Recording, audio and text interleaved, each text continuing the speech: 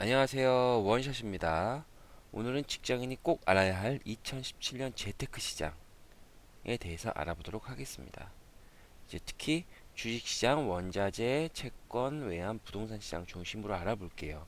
오늘 하는 얘기는 주식을 그뿐만 아니라 전체적으로 굉장히 중요한 얘기니까 꼭 보시고, 특히 이제 채권은 제가 직장인이 꼭 알아야 할 주식 투자 상식해서 채권을 제가 해놓은 게 있으니까 그것도 한번 꼭 보세요. 자, 그럼 시작하겠습니다.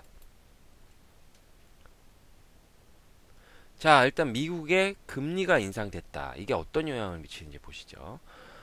트럼프가 미국 대통령은 12월 초에 당선이 됐습니다.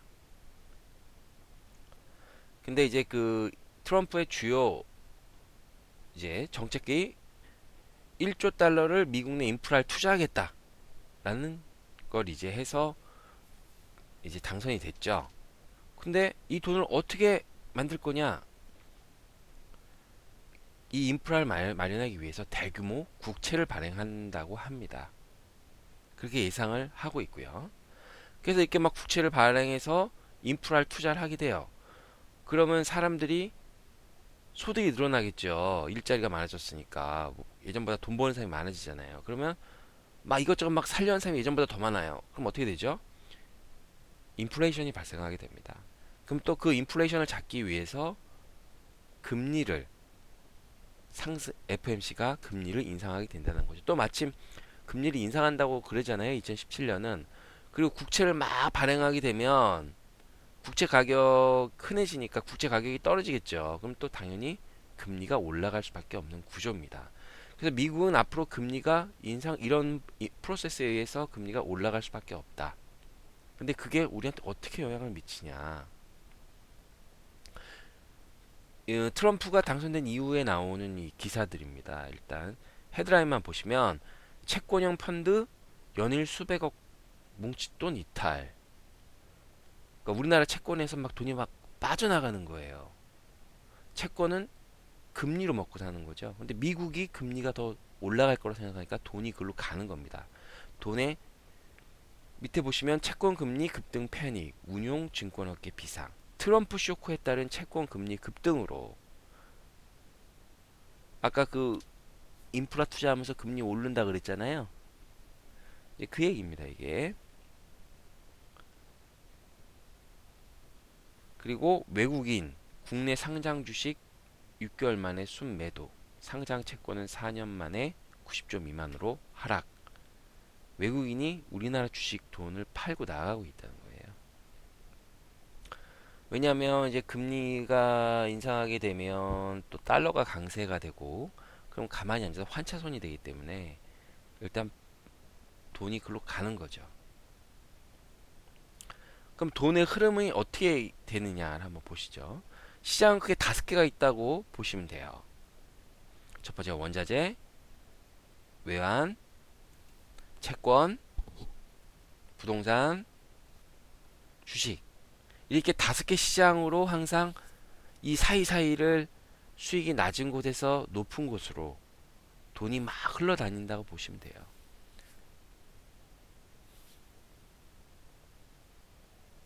그럼 다시 또 뉴스를 보시죠. 입주 폭탄 플러스 금리 인상 관망세 깊어가는 부동산. 일단은 그 금리가 오른다 그러니까 이제 우리나라도 금리를 뭐 올린다 만다 뭐 이런 말이 많잖아요. 근데 더구나 이제 내년에 물량이 더 최대로 있다고 하고. 근데 금리를 당장 올릴 수 있어요, 없어요? 당장은 못 올려요. 왜냐면 내년 대선이 있기 때문에 대선 전까지는 한 개 기업을 퇴출시킬 수도 없고 금리를 인상시킬 수도 없어요. 왜냐면 표가 떨어져 나가니까 여당에서. 대신에 대선이 끝나고 난 다음에는 이제 본격적인 구조조정과 뭐 이런 것들이 날 겁니다. 그리고 코스피 외국인 순매도 하루 만에 하락한다. 이제 외국인이 판다는 얘기죠. 그럼 이 다섯 개 시장에서 주식시장에서 외국인이 이탈한다고 그랬잖아요. 그럼 이 돈이 우리나라의 다른 곳으로 갈까요? 우리나라의 채권이나 부동산 뭐 이런 데로 가나요? 부동산으로 갈까요? 아니죠. 근데 채권으로 돈이 간다고 생각하시나요? 그러면 채권으로 돈이 가면 채권을 찾는 사람이 많으니까 채권 가격이 올라가게 되고, 채권 가격이 올라가게 되면 채권 금리는 떨어지게 됩니다. 요건 제가 앞서 강의했던 채권이 편이 있으니까 그걸 꼭 보세요. 근데 그러면 주식시장으로 돈이 막 가게 되면, 주식에서 나온 돈이 막 가게 되면 채권 시장이, 채권 금리가 떨어질 텐데, 지금 막 채권 금리 급등한대잖아요. 미국이 올려서.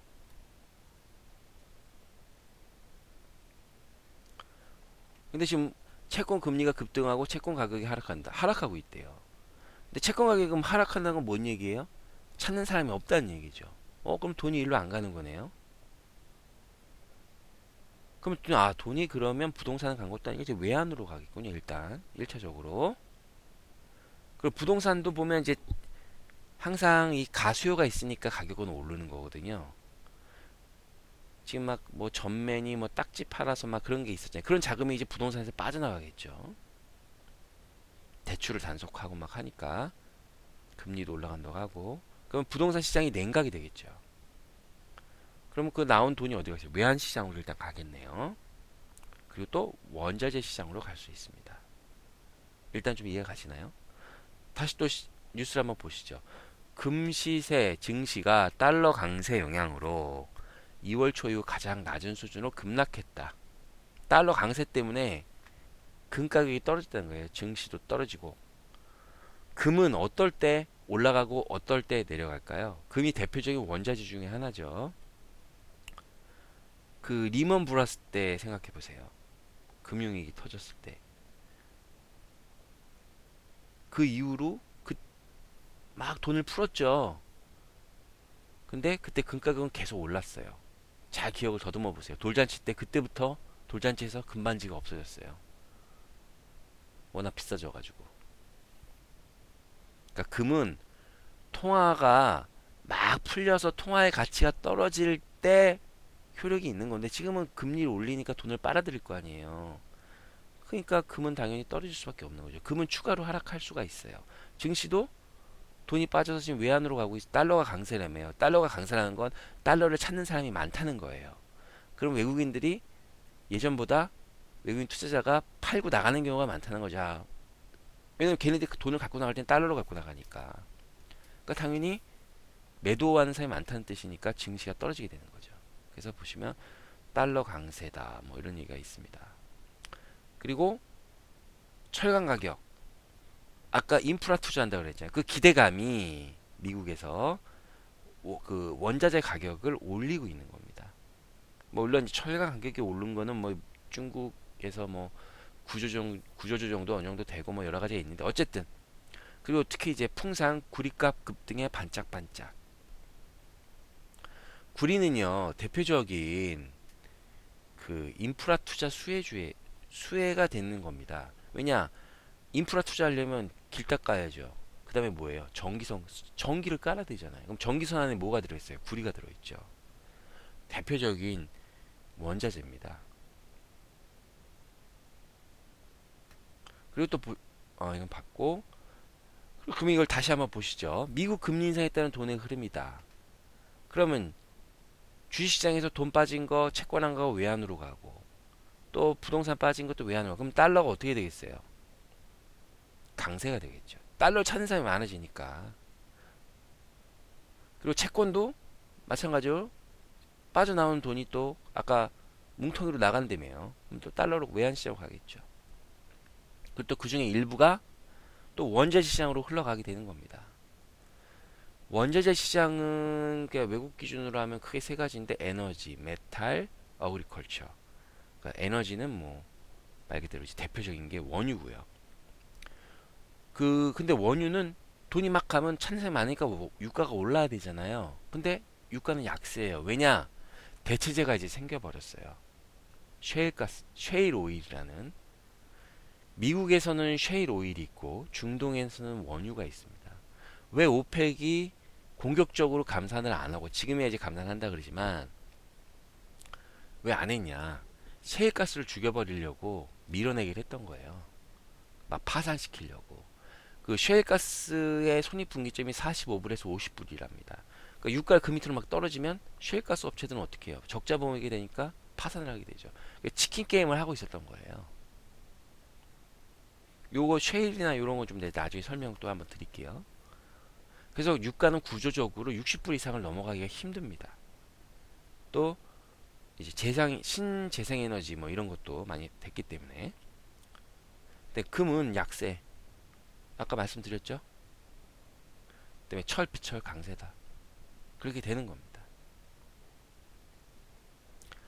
이렇게 이제 크게 보시면 이렇게 시장이 이제 대충 흘러가는 게 이해 가시나요? 요걸 다시 정리해서 말씀드리면 부동산 시장과 주식 시장에서 채권 시장에서 빠져나온 돈이 외환 시장으로 가게 되고 그게 다시 또 원자 시장으로 가게 된다. 이런 게 흐름입니다. 그러면 지금 부동산 시장을 지금 막 돈을 막 빚을 내서 집을 사면 될까요? 안 될까요? 안 되죠. 위험하잖아요. 금리가 계속 올라가는데. 그리고 내년 대선 끝나고 하면 가계 부채 조정, 한계 기업 퇴출 본격적으로 할 거예요. 당분간 선거가 없기 때문에.